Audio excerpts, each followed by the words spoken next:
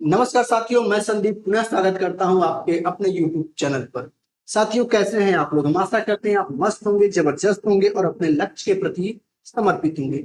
आज का जो हमारा महत्वपूर्ण बिंदु है वो है साथियों अंतर्मुखी और बहिर्मुखी व्यक्तित्व वाले व्यक्तियों में अंतर कि क्या है, इनमें क्या अंतर होती है। ध्यान रखिएगा, जो अंतर्मुखी व्यक्ति वाले व्यक्ति होते हैं इनकी सबसे बड़ी विशेषता होती है सरल स्वभाव, आत्मपरक दृष्टिकोण। यानी ये क्या होते हैं, ये सब्जेक्टिव होते हैं, अपने काम से काम मतलब रखना और बहुत ज्यादा इधर उधर न करना। लेकिन जब बहिर्मुखी व्यक्तित्व में आप जाएंगे तो यह वस्तु परक दृष्टिकोण होता है। इनका दृष्टिकोण बड़ा व्यापक होता है, ऑब्जेक्टिव होता है ना। ये सब्जेक्टिव होंगे, ये क्या होंगे, सब्जेक्टिव होंगे, और ये क्या होंगे, ऑब्जेक्टिव होंगे। ये भी समझ लीजिएगा, ये ऑब्जेक्टिव होंगे, वो क्या होंगे, सब्जेक्टिव होंगे। ठीक है, हाँ, ऑब्जेक्टिव और सब्जेक्टिव होंगे, इस बात को समझ लीजिए। यानी कहने का मतलब क्या है कि अंतर्मुखी बालक जो होते हैं वो सरल स्वभाव के होते हैं, और अंतर्मुखी बालक जो होते हैं आत्म केंद्रित होते हैं, सेल्फ सेंटर्ड होते हैं। ये क्या होते हैं, आत्म केंद्रित होते हैं, आत्म केंद्रित बालक होते हैं। यानी ये अपने काम से काम मतलब रखते हैं, अपने में ही मस्त रहते हैं। लेकिन ये क्या है, ये लोक केंद्रित है। ये क्या है, लोक केंद्रित है। लोक केंद्रित का क्या मतलब है भैया, ये सबको लेकर चलते हैं, सब पर इनका ध्यान होता है, हर चीज को ये मैनेज करने की कोशिश करते हैं। ये केंद्रित नहीं होंगे, है ना, ये लोक केंद्रित होंगे, इन लोकतांत्रिक होते हैं, सब परिवार पास पड़ोस समाज सबके बारे में लेकर चलते हैं। ये जो आपका अंतर्मुखी होते हैं, ऐसे बालक जो होते हैं मितभाषी होते हैं, स्वार्थी स्वभाव के होते हैं। क्या होते हैं, मितभाषी, मितभाषी होते हैं और स्वार्थी स्वभाव के होंगे। उनका काम हो गया वो हट लिए, भाषा बड़ी अच्छी बोलेंगे, लेकिन जहां उनका काम निकला वो हट जाएंगे, आपसे बहुत मतलब नहीं रखेंगे। लेकिन अगर जस्ट आप इधर जाएंगे तो ये वाचाल होंगे। क्या होंगे, वाचाल होंगे, बहुत बोलेंगे। मितभाषी तो होगा ही, बहुत बोलेंगे, इतना बोलेंगे कि आप परेशान हो जाएंगे। ये वाचाल। अंतर्मुखी व्यक्तियों में सामाजिकता का अभाव पाया जाता है। क्या है, क्या पाया जाता है, सामाजिकता का अभाव, सामाजिकता का अभाव। अंतर्मुखी बालक है, यहाँ बहिर्मुखी, बहिर्मुखी की बात करें तो ये सामाजिकता का अभाव पा, ये समाज से कट के रहते हैं, समाज से दूरी बना के रहते हैं। लेकिन आप सीधे जब जाएंगे तो ये बहुत ज्यादा, जहां आप बहिर्मुखी के पास जाएंगे तो बहिर्मुखी व्यक्तित्व वाले बच्चे जो होते हैं ये सामाजिक होते हैं। क्या होते हैं, सामाजिक होते हैं, समाज में खूब ये अपना नाम कमाते हैं, अपने नाम के लिए परेशान होते हैं, ये अत्यंत सामाजिक होते हैं।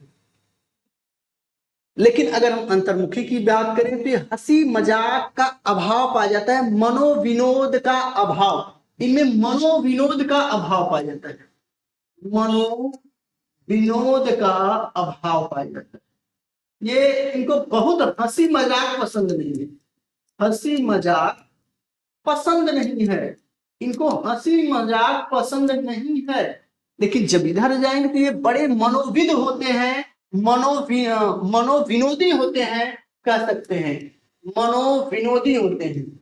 इन्हें हंसी मजाक बहुत पसंद होते हैं, ये खूब हंसते हैं दांत चियार के हा हा करके। तो ये मनोविनोदी होते हैं, ये भी आप समझ लीजिएगा।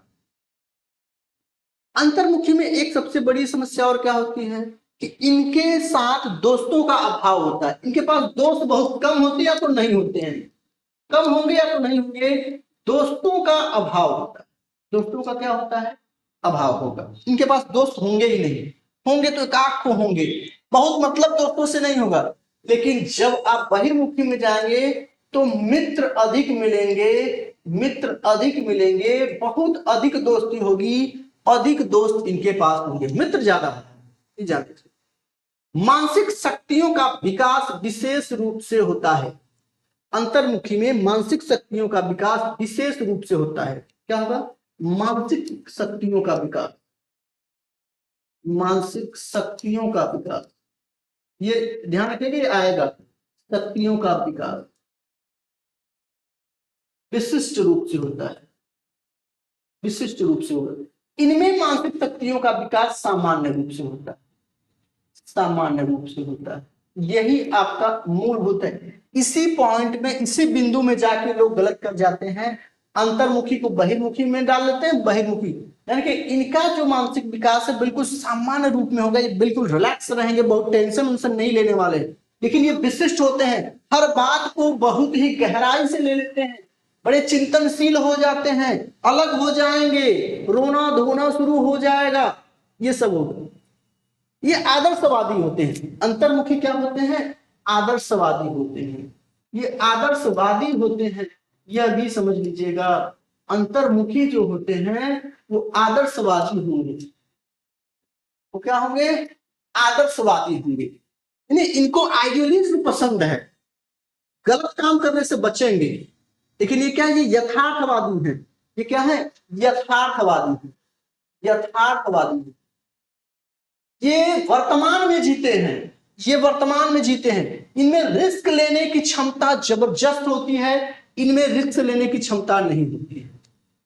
बहिर्मुखी व्यक्तित्व के लोग रिस्क खूब लेते हैं, अंतर्मुखी व्यक्तित्व के लोग रिस्क कम लेते हैं, ये भी समझ लीजिएगा, आपसे पूछ ले। अंतर्मुखी व्यक्तित्व के जो लोग होते हैं उनकी लेखन शैली बड़ी अच्छी होती है। ये लेखन शैली, ये लेखक होते हैं, लेखन शैली और राइटिंग, लेखनी, लेखनी दोनों बड़ी अच्छी होती है, दोनों अच्छी होती है। और यहां जो भी जाएंगे इसका अभाव पाएंगे, इनकी लेखन शैली अच्छी नहीं होती है, ये लिखने में इनकी राइटिंग पुअर होती है, बहुत अच्छी राइटिंग आप नहीं पाएंगे। लेकिन हाँ, एक चीज बड़ा अच्छा होगा, ये उत्तम भाषण देंगे। क्या करेंगे? उत्तम भाषण देते हैं। ये लिखते हैं, अंतर्मुखी लिखेगा तो भाषण कौन देगा? बहिर्मुखी बहुत अच्छा वक्ता होगा, वक्ता होगा।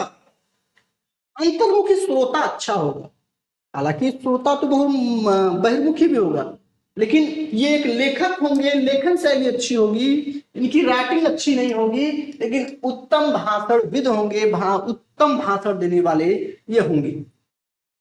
अंतर्मुखी व्यक्तित्व के लोग निराशावादी ज्यादा होते हैं। क्या होते हैं? निराशावादी, निराशावादी। निराशा बहुत जल्दी आ जाती है, थोड़ी सी असफलता, थोड़ी सी समस्या आते ही ये बिल्कुल क्या हो जाएंगे? होपलेस हो जाएंगे।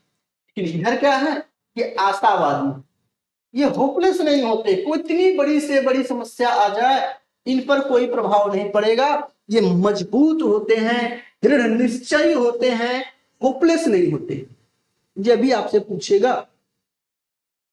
अंतर्मुखी व्यक्तित्व की बात करें तो उनकी निर्णय क्षमता बड़ी कमजोर होती है, निर्णय नहीं ले पाते हैं किसी चीज पे, निर्णय क्षमता कमजोर होती है, निर्णय क्षमता कमजोर होती है। ये जल्दी से किसी चीज पर निर्णय नहीं ले पाते हैं, लेकिन इनके अंदर निर्णय लेने की क्षमता जबरदस्त होती है, निर्णय लेने की क्षमता जबरदस्त होती है, जबरदस्त होती है। ये कठोरता से अपने निर्णय लेते हैं, उत्तम निर्णय लेते हैं, अच्छा निर्णय लेते हैं, निर्णय लेने के लिए आगे आते हैं, पीछे नहीं हटते हैं। ठीक है, ये आज्ञा पालक व्यवहार करते हैं, लेकिन ये प्रभुत्वपूर्ण। आज्ञा पालक मतलब जो कुछ भी कोई कुछ कह लेगा, आज्ञा पालक व्यवहार, ध्यान रखिएगा, ये आज्ञा पालक व्यवहार करते हैं, आज्ञा पालक व्यवहार। आज्ञा पालक व्यवहार मतलब किसी ने कोई काम कह दिया, कुछ भी कह दिया, उसको मान लेंगे, उसी को करेंगे, स्वीकार कर लेते हैं। लेकिन इधर आ जाएंगे तो सीधे सीधे कहेंगे, आज्ञा पालक नहीं होंगे कि नहीं भैया आपने कुछ भी कह दिया, आपका बात ना। ये पूर्ण रूप से प्रभुत्व व्यवहार कहते हैं, वो डोमिनिएट होते हैं, पूर्ण रूप से प्रभुत्व व्यवहार, पूर्ण रूप से प्रभुत्व व्यवहार करते हैं। वो अपने अधिकार, अपने चीजों को ये खुद दूसरे पर अपना अधिकार जमाते हैं, ये किसी का सुन के चुप नहीं हो जाएंगे। ये बहुत अंतर होता है, क्या फल, ये चिंता युक्त होते हैं। अंतर्मुखी चिंता से ग्रसित होता है, ये चिंता युक्त होंगे। क्या होंगे, चिंता युक्त होंगे। लेकिन ये क्या होंगे, चिंता मुक्त होंगे। इनके पास चिंता नहीं होती है, जो होगा तो देखा जाएगा, देख लिया जाएगा, चलो कोई बात नहीं। ये थोड़ी सी भी चीजों से बहुत ज्यादा चिंतित हो जाएंगे। नेतृत्व का अभाव कम पाएंगे। भाई जो अंतर्मुखी होगा, लोगों से कम बोलेगा, मित्र कम होंगे, तो नेतृत्व का अभाव पाया जाएगा, नेतृत्व का अभाव पाया जाएगा। इनमें क्या होगा, इनमें क्या होगा, जबरदस्त नेतृत्व होता है, नेतृत्व के गुण होते हैं इनमें, ये नेता होते हैं अपने आप में, नेतृत्व के गुण पाए जाते हैं। यह भी समझ लीजिएगा कि नेतृत्व का गुण इनमें बहुत जबरदस्त पाया जाता है। यह भी आपसे पूछ ले। समायोजन, अंतर्मुखी बालकों में समायोजन कमजोर होता है, ये जल्दी समाज में एक दूसरे से समायोजन नहीं हो पाते हैं, समायोजन का अभाव पाया जाता है, समायोजन का अभाव पाया, समायोजन का अभाव पाया जाएगा। ये भी समझ लीजिएगा, अंतर्मुखी में समायोजन का अभाव पाया जाएगा। और ये बहुत आसानी से समाज में उत्तम समायोजन करते हैं, लोगों से के साथ हिल मिल जाएंगे, घुल मिल जाते हैं, तो बड़े अच्छे समायोजन होता है, उत्तम समायोजन पाया जाता है, उत्तम समायोजन पाया जाता है। बड़े जल्दी आसानी से ये एक दूसरे के साथ घुल मिल जाते हैं। यह भी आपको पूछ लेंगे। ये एकांतवासी होते हैं, शर्मीले होते हैं। कौन, अंतर्मुखी क्या होंगे, एकांतवासी, एकांतवासी होंगे, ये शर्मिलापन इसमें ज्यादा पाएगा, शर्मीले होते हैं, है ना, शर्मीले होंगे। यह भी समझ लीजिएगा, ये शर्मीले होते हैं, शर्म करते हैं लोगों से मिलने में, बातचीत करने में, अपनी बात रखने में।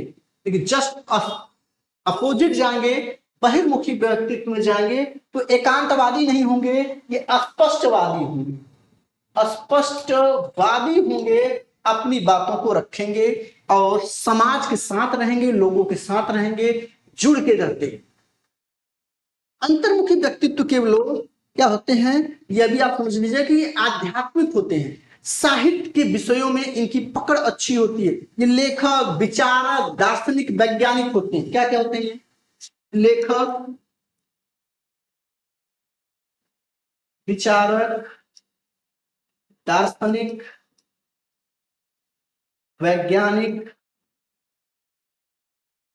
साहित्यकार। ये इनमें एक बहुत बड़ा गुण होता है, ये जान लीजिएगा। ये नहीं कि ये बस केवल दब्बू ही पन है, दब्बूपन से मत लिखिएगा। ये आध्यात्मिक होते हैं, पूजा पाठ में भी इनका बड़ा मन होता है, लिख लीजिएगा। ये आध्यात्मिक होते हैं, ये आध्यात्मिक भी होते हैं। लेकिन इधर जस्ट अपोजिट जाएंगे तो क्या होंगे, राजनेता होंगे, बहुत बड़ा लीडर करने की क्षमता, वकील होंगे, सामाजिक कार्यकर्ता होंगे, शिक्षक होंगे, है ना, सामाजिक कार्यकर्ता होंगे, सामाजिक होंगे, ये राजनीतिक होंगे, ये वकील होंगे, ये शिक्षक होंगे, है ना, ये सब गुण इनमें होगा। समाज का नेतृत्व करता होंगे, राजनेता होंगे, ये जो सामान्य गुण इनमें होता है, यही होता है। बाद में चल के एक आया कि अंतर्मुखी बहिर्मुखी तो ठीक है, लेकिन एक और मुखी आ गए, उभयमुखी। उभयमुखी का मतलब है कि जिनके अंदर दोनों के गुण लगभग समावेशित होते हैं, अंतर्मुखी और बहिर्मुखी के भी गुण जिनमें पाए जाते हैं, उन्हीं को उभयमुखी कहा गया। ठीक है, उनको क्या कहा गया, उभयमुखी कहा गया। तो ये बेसिक आपका कॉन्सेप्ट है कि अंतर्मुखी और बहिर्मुखी में क्या अंतर है। हम आशा करते हैं कि आज का सेशन आपको पसंद आया होगा और आपको यहाँ से समझ भी विकसित हुई होगी, और आपकी परीक्षा में यहाँ से जब प्रश्न पूछे जाएंगे तो एक भी प्रश्न आप गलत करके नहीं आएंगे। ठीक है साथियों, मिलते हैं फिर। जय हिंद।